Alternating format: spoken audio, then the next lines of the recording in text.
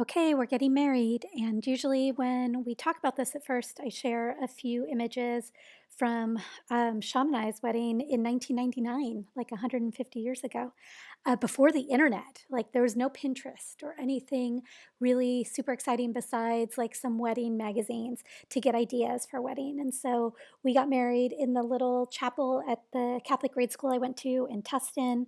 We had our reception in my mom's backyard with our friends and family, and it was just a really awesome day. It was a day I was, let's see, I was 23 and he was 21. He's like 15 months younger than I am, but in the time that we got married is the time between our two birthdays. So later that month, he turned 22, but we were young, right? We were super young.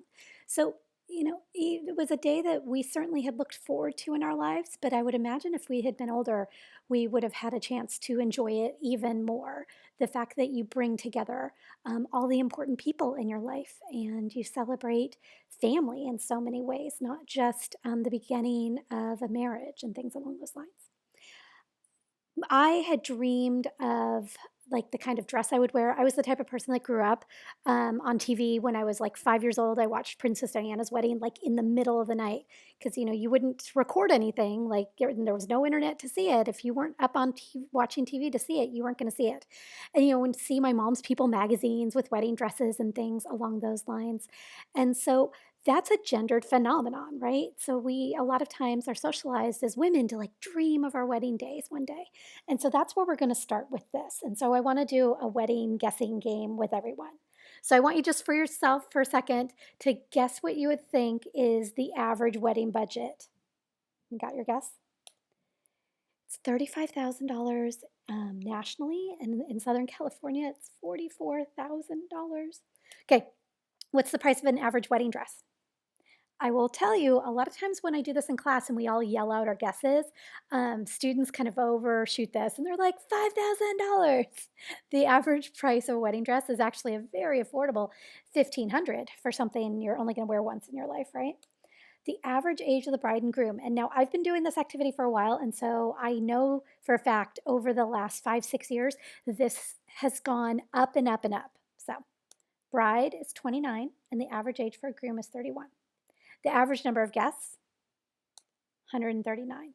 The average number of bridesmaids, 5.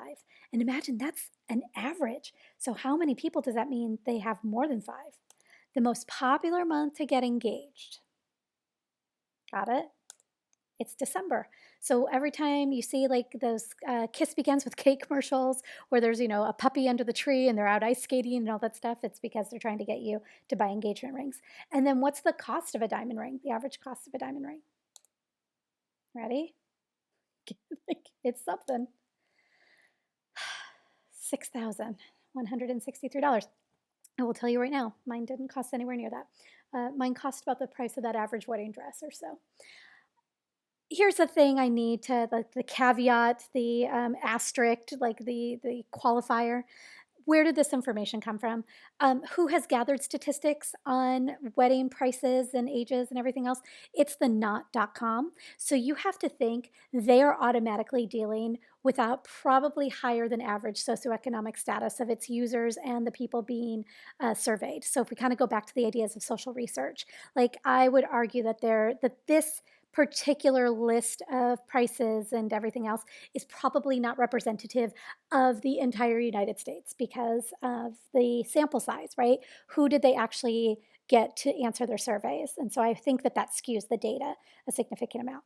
So, like I said, it can be a gendered phenomenon to focus on the wedding and the big celebration that the wedding is. But not always do we focus in on the marriage and learning about marriage itself.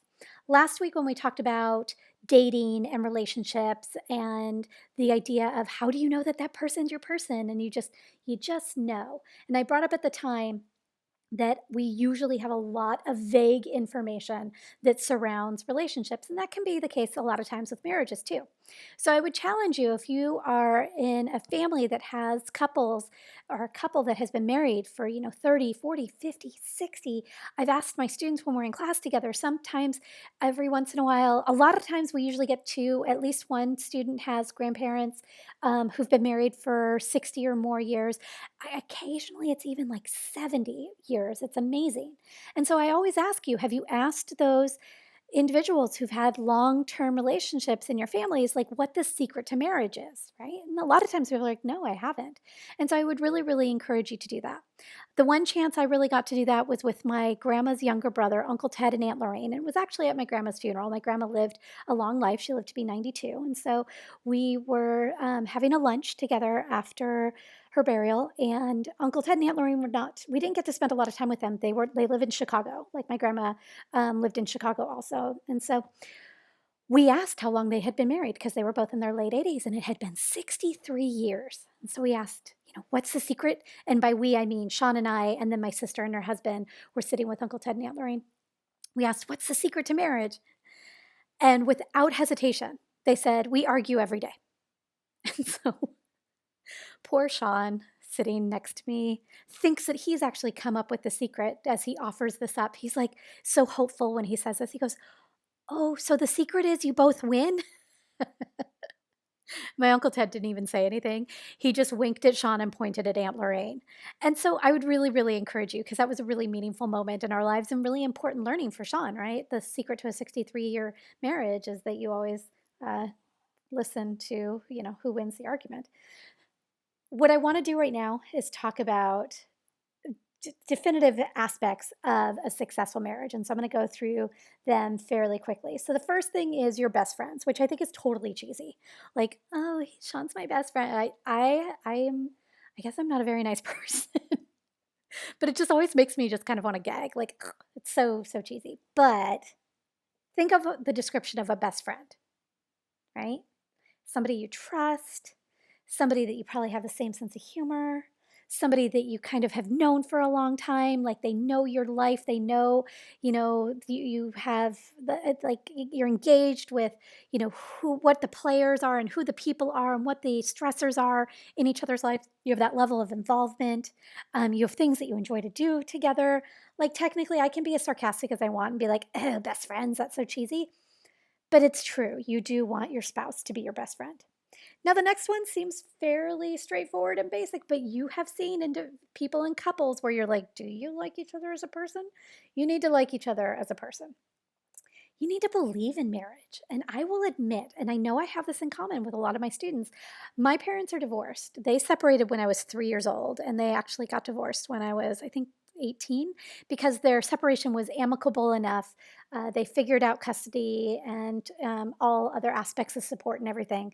And so neither one of them are getting remarried. Neither one of them really were in very, very serious relationships at any point. So they just didn't get around to actually divorcing, which is kind of a testament to their camaraderie, right? Even though their marriage certainly did not work, they always were cohesive in our family, parenting, and all that kind of stuff. But because I didn't see parents together, I have to admit, I don't think I believe that marriage was a long term sacred commitment. And I will definitely admit to you, even though I am ashamed of it, that in many, many arguments in Sean and I's marriage, because we kind of end up, I have found, fighting over the same things. I've used the D word. I've said, well, if we can't figure this out, because usually I'm yelling, I'm really charming. If we can't figure this out, then, we should just get divorced. And it's probably because I haven't believed that marriage is a long term sacred commitment. Sean has believed that marriage is a long term sacred commitment. And every time that I have been destructive and kind of throwing around words that I don't necessarily mean in any which way. So I don't even know if that makes it better or worse, probably worse in some ways. He has had the kindness, the strength, the love, the fortitude to, work us through and be so steady because of his belief that marriage is a long term sacred commitment. And we got married in 1999, like I said, so we've been married for 21 years now at this point this summer. And he's made me believe that marriage is a long term sacred commitment. You can kind of hear that I, getting a little teary because, I'm a wuss and I do that. But it's been a really, really, I'm so lucky that he didn't like allow me to kind of just give in to my worst fears and my lack of belief. Like he believed for us, and he's helped me believe. Okay, see, I'm super cheesy. Like, oh, what am I going to do? Okay, here's something else. You think your spouse has grown more interesting. Now, another aspect of kind of sharing an anecdote from our lives so you can see kind of how important this can be. One of the reasons that Sean believed that marriage was a long term sacred commitment, continues to believe, thankfully, is because his parents had been married for a very, very long time. They'd been married for 33 years. And when Sean left for college and literally left the state of Oregon to come down to California, and his brother Kyle, who's a little bit younger, left the state and went out to college in Iowa. Um, his parents had been 18 and 19 when they had Sean, and a couple years older when they had Kyle. And so now, I mean, when these boys are off to college, they're like my age right now. They're like 42, 43, right around, not even actually, about 42 by the time that they were empty nesters. Very young, right? Or maybe you're thinking that's not so young, but if you are 43, almost 44, like you're like, that's very young. And actually, technically, it is for parents. Well, they had very, very different ideas about how these aging years would kind of look, even though they weren't even aging yet. They were totally, totally middle aged. And so Randy, Sean's dad, really thought about the fact that he didn't really see them getting much older. His parents had both died fairly tragically in their 50s. So he kind of operated like he was towards the end of his life. Meanwhile, Sean's mom, Ellie, she wanted to travel. She wanted to come to California and go out to Iowa to see her boys. She wanted to go places that they had never been able to go because they were busy raising kids as young adults. And she wanted to spend time with friends and be out and, do things. Randy didn't really want to. And quite honestly, the reason I'm telling you this is because ultimately, after those 33 years of marriage, Ellie wrote Randy a note and left him. And one of the main reasons, honestly, was because of this right here.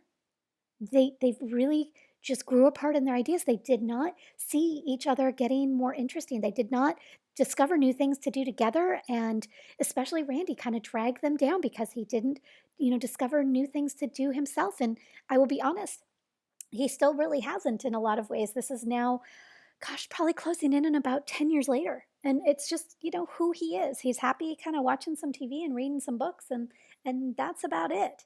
And that really, really was destructive to their marriage. So I always share that anecdote because I saw it with my own eyes, and I've learned from that, massively heartbreaking issue on how important it is to think that your spouse has grown more and more interesting.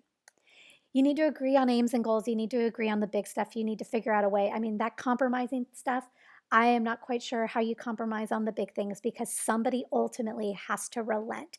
If, one person wants to have no kids and one person wants to have kids, if one person wants to have two children and the other person wants to have three, if one person wants to live close to their families, the other person doesn't, if one person wants to, have a career that takes them traveling and the other person wants to stay closer to home, I mean, you need to figure out a way to agree on those big aims and goals. Then you need to hopefully be able to laugh together. I think it was last night even that I was just laughing so incredibly hard with Sean. I'm so lucky to be able to, even in moments where I would normally be mortified with anybody else, that he and I can laugh. I think that if I could wish anything for all of my students, it would be that you could find somebody like that you can really just giggle your ass off with because there's really, really, it's so often no better feeling. And then finally, you want the relationship to succeed. And if you want the relationship to succeed, you're going to do what you need to do to make sure the relationship's going to succeed. You're going to be dialed in and looking to solve issues, and you're going to be looking for opportunities to laugh together. You're going to be cultivating your relationship, and so you want to see that relationship succeed. Okay, moving on to another topic, and this would have been, I'm packing a lot into this particular lecture. This would have been an entirely different activity in class and a different subject. Granted, we were together in a long Monday night class, so we would have been doing this all on the same night, but a lot of times if I have a class that's twice a week, this would have been an entirely different class because it's a lot to unpack. So the second shift is actually research that was done from 1976 to 1988. The book was published in 1989, so the research is old at this point, but it's kind of some of the seminal work in sociology of families. It's kind of some of the core work that really shaped the way that we understood phenomenon within families. And so what Arlie Hochschild did was ethnographic research. Remember, let's go back to our research terms when we discuss sociological research, and studied families. And you've got to think in 1976, this was a situation where many, many middle class, specifically white women were working outside the home for the first time. Because if you think about the 50s and 60s, a lot of middle class families had and again, heteronormative. So we've got middle class, heteronormative, white. Again, those are like asterisks and disclaimers that we need to put on her research, that it is not representative of everyone in any which way. But it still brings to light some interesting phenomena that does kind of end up being universal within families, regardless of social class, regardless of racial, ethnic background, and regardless of sexuality. The second shift was all about all of the work that women were doing, granted outside the home, but then they would also come home and they'd be responsible for all the domestic work. And so if we were together in class, what I would actually ask you to do is I usually would either bring crayons to class or I would bring sets of whiteboard markers. Like I have like rainbow sets of whiteboard markers because of course I do, right? I have to have all the office and school supplies to have fun in the classroom with. And so I would ask you either together as a group together at the board, or I would have you individually with like a little half sheet of paper yourselves draw a house and a family. And so I'd give you a few minutes to do that and laugh about it and everything else. It's just kind of intended to be lighthearted. But then we get to serious work. And I have you list all of the work that a family needs to do, all of the chores, all of the house cleaning, all of the childcare, all of the errands, all of the bill paying, all of the yard work, all of the car care, all of the doctor's appointments you schedule and go to and pick up prescriptions, all of the grocery shopping, all of the cleaning. I will go back to it. Let me start to list. Like, it's not just, oh, you need to clean the house. No, you need to wipe down the counters and you need to clean the kitchen floor and you need to wipe down the stove and you need to clean out the refrigerator every once in a while and you need to wash dishes and then you need to wash more dishes and then you need to wash some more dishes. You need to like vacuum or mop the floor. Like, there's sweeping the floor a little bit, but then there's like really, really washing the floor and making sure it's clean. There's windowsills and windows that get dirty. There's all of the laundry, right? Go into a bathroom and you need to scrub the toilet and you need to wipe down the mirror and you need to wipe down the counter, you need to clean the floor, you need to take the trash out from around the house. You need to dust, you need to vacuum, you need to make your bed, you need to get those clean sheets onto your bed, you need to fold all your clothes and put it away. Can you see how this list is overwhelming? So, what I would actually have you do is we would write a list of all of these tasks itemized in that way. You need to pay bills. You need to help kids with their homework. You need to drive kids around to various practices. Granted, that's not happening right now, but you need to, manage all the different things that kids need. You need to watch, you need to change diapers. You need to entertain them. You need to help them with, figuring out why their iPad isn't working. You need to do all of these things.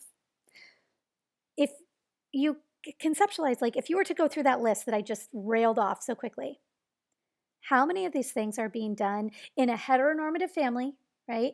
If you have a male female family, how many of those things are being done by a parental a father or a mom, right?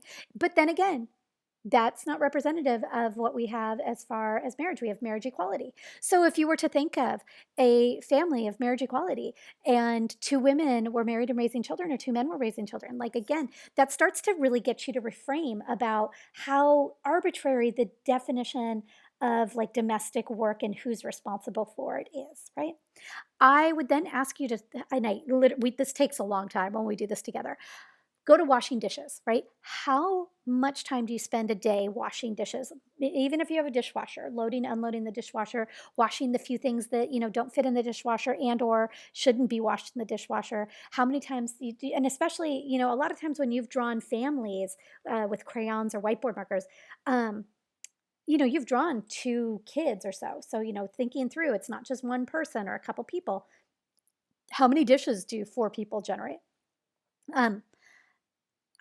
I would say you probably spend about 30 to 45 minutes, depending, washing dishes a day because you also a lot of times do it more than once, right? You maybe do a couple of different batches. Some of you are like, why are you doing so many dishes? We're doing so many dishes because we cook, right? And so when you cook, you make a lot of dishes. Many of you know this. If you were to think about for a month, 30 minutes a day, right? And there's 30 days in a month. That's 900 minutes. And if you were to divide that by 60, and I'm grabbing my calculator right now. Well, not my calculator, my phone. You know what I mean? I don't keep a calculator sitting next to me. So 900 minutes a month because it's 30 minutes a day, 30 days out of the month, divided by 60 to get the number of hours. That's 15 hours a month you spend washing dishes. One task alone in a home, and it's 15 hours. If you were to pay somebody outside of your home to do that work, sorry, my home phone is ringing. If you were to pay somebody to do that work and you would pay them at least minimum wage, that would end up being, and let's say minimum wage is, and I know it fluctuates depending on sometimes a little bit city, sometimes the size of the company you work for. Let's see, 15 times 12, because I can't totally do that in my head. You would pay somebody $180 to do the dishes. I would have you do this for every single task. And I would have you, how much would you pay somebody to scrub your floors? How much would you pay somebody to do all of your laundry and to fold it and put it away? How much would you pay somebody to write your grocery list, go to the grocery store, sometimes more than one grocery store, come home and then put it all away? How much would you pay somebody to cook you meals and snacks each day? How much would you pay somebody to drive your kids to all of their extracurriculars? How much would you pay somebody to, help your kids with homework? The money adds up. And students struggle to think through, yeah, how much is this worth, or how much time would you spend? And the reason that you struggle to see that is because this work is just done. It's invisible. You don't tally up how much time you spend doing dishes or any task around the house. You just have to do it. And so I have you try to conceptualize how much this work is worth, because we live in a capitalistic society, and if a job is not worth money, we don't think it's really a job. We don't even conceptualize it as work. So let's specifically, I walked you through what we would do together because I want you to still think about that. I want you, as you go and take care of the tasks around your house, I want you to think about, like, wow, yeah, I didn't pay attention before, but it does take a while to clean a bathroom. It does take a while to clean out my car completely. It does take a while to make sure that all of my doctor's appointments are scheduled, or I've organized all the different errands I need to run. Like, all of these things take a while. So the second shift, back when I introduced it about 15 minutes ago before I started railing off all of these different things. What Arlie Hochschild found was the second shift was the dual burden of paid and unpaid work experienced specifically by working women. And the concept of the second shift is because one of her research participants said, I go to work and I work a shift, and then it's like I come home and I work a whole nother shift. So the idea is that women work one shift at work and a second shift at home. And it does not matter if it is a woman, a man, a wife, a husband, a spouse, a single person. It doesn't matter. What matters here, what we're looking at, is the amount of effort that all of this care work takes. And so what Arlie Hochschild found at the time during her research is that women were working 15 hours longer than men each week.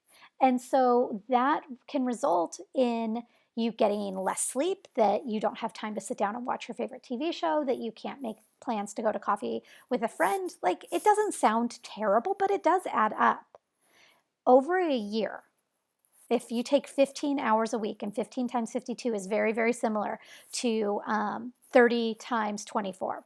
So over a year, that adds up actually to 1 month of 24-hour days. So as I'm recording this right now, let's see, it is Wednesday, April 29th, and it's 12:22 p.m. Right? That would be like if I started working right now and I worked 24 hours a day, round the clock, until May 29th at 12:22 p.m. And I did that every year. It's an inordinate amount of work that's being done in families to do all of these various tasks. It's a ton of work. And so in some of my classes, not specifically so much in Introduction to Sociology, but certainly when I teach women and gender studies, we go into the fact that there is a workplace wage gap. And the workplace wage gap is a lot to unpack. A lot of times the information that is mentioned about it, that only one number is mentioned, that it's only that women are making about somewhere between 78 cents to 80 cents to every dollar a man makes. Well, when you layer over the concept of intersectionality and race, that turns out to be very, very different. And so if you are a person that's really interested in learning more about the workplace wage gap, I would encourage you to Google AAUW, and that's the American Association of University Women. And so if you were to Google AAUW and like pay gap, you can see that they do a great deal of research about it. And there's a PDF report that is not like a dry 20-page thing to read. It's actually, there's a lot of charts in it, so it's very, very visual, and you really can kind of skim through it in about 5 minutes and really get a sense of oh my goodness, how that wage gap persists. So there's a workplace wage gap, but then there's also a leisure gap at home. And that's because so much time is being taken to do all of this care work, and it's not always evenly divided in a family. So if you were to think of who does the work in your family, right, it's not always evenly divided. The other thing that you're going to be doing this week is talking about a marriage contract. And so when you think about a marriage contract and what's important to you in a marriage, I would really encourage you to think through this aspect of, because it's so key to your existence. Doing all of the things that need to be done to take care of yourself and others is so key to all of us. And so I would really encourage you to think through like what you want in a future marriage, as far assuming you want a marriage, as far as the division of labor, because it can be really, really incredibly stressful. Okay, a little bit more. I know that this is going long, but we're covering a lot of stuff. Salary.com actually every single year does a big also research project where they go and interview specifically women. They ask them all the various tasks that they do on behalf of their families, and then they ask them how many hours they spend doing them. They then go to the median incomes for all of the careers that line up with those tasks and try and conceptualize how much the work is worth. And so what you can see here, and this is the latest year they have is 2019, you can see that they have tried to the best of their ability to add up how much this work is worth. And it's amazing because when we do the activity in class, sometimes groups will end up, a lot of times groups are like, I'll have you add up a total. And they'll be like, oh, we got $1,700 a month, or, $2,400 a month. And that's a lot of money, right? Well, some groups will be like, we got $6,000 a month. And the whole class is like, oh my gosh, no way. That's way too much. Well, if you take that number at 2019, right, 178,201, I've got my phone calculator back out, and you divide it by 12, that is $14,000 a month worth of work. It's a lot of work. So I would really, really encourage you to be thoughtful, to be reflective, to think about who does this work in your family. Do you think about fairness, right? Critical thinking. And is the division of labor fair? How would you define a fair division of labor? And I'll leave you with this because we have one more topic to discuss. I know, we're packing it all in. Arlie Hochschild found that women oftentimes would end up in situations where they had very similar lives. Like they had the same number of kids, they had a job that took the same amount of time, they had a spouse that either helped or didn't help the same amount. And she would continuously see where women that seemed like they lived very similar lives, some women would be like, they would say they were satisfied and they were happy with their life and they were good. And other women were just kind of downtrodden and overwhelmed and kind of dragging their way through. And what she found was there was one aspect of their lives that really seemed to impact how they were energized, how they perceived their lives, how they were satisfied, and everything else. And it was one variable, and it was 2 words: thank you. The women that reported that they were happy and satisfied with their lives, so much of the care work that they were doing, their families were acknowledging and saying thank you and realizing that it was happening. A lot of times when women were very, very overwhelmed and worn out, nobody was even acknowledging any of the things that they were doing, all the efforts on behalf of their family. And so if you are a person that has had somebody else, and many of us have, myself included, somebody else doing the care work for you, and maybe even to this day, have you thanked them?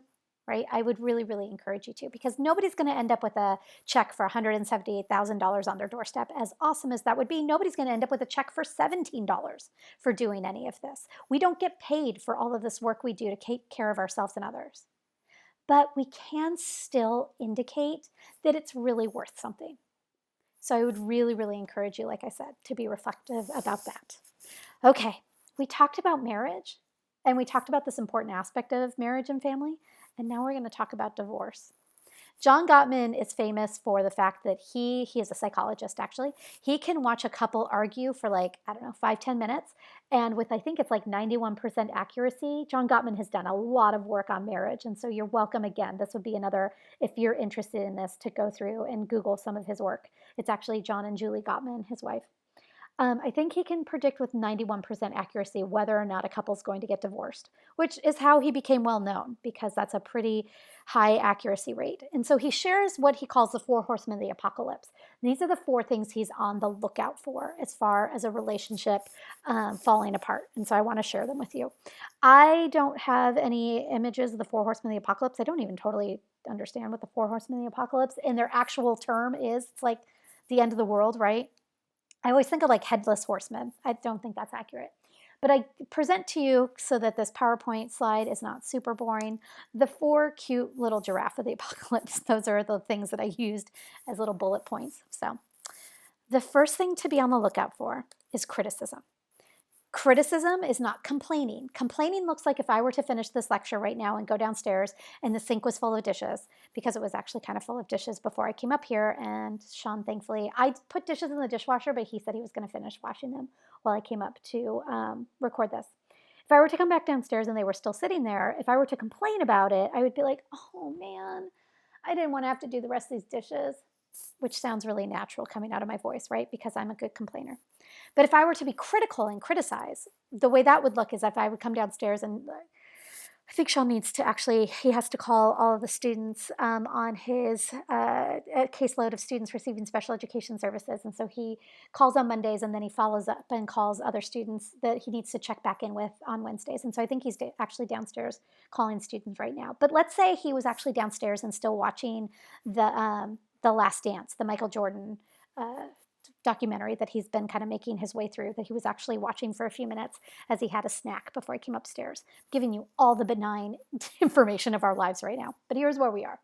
So let's say he was still watching and I came downstairs and the sink is full of dishes and I was like, can you not see that the sink is still full of dishes? Like, what? You told me you were going to finish them. Why can't you do this? That's criticism.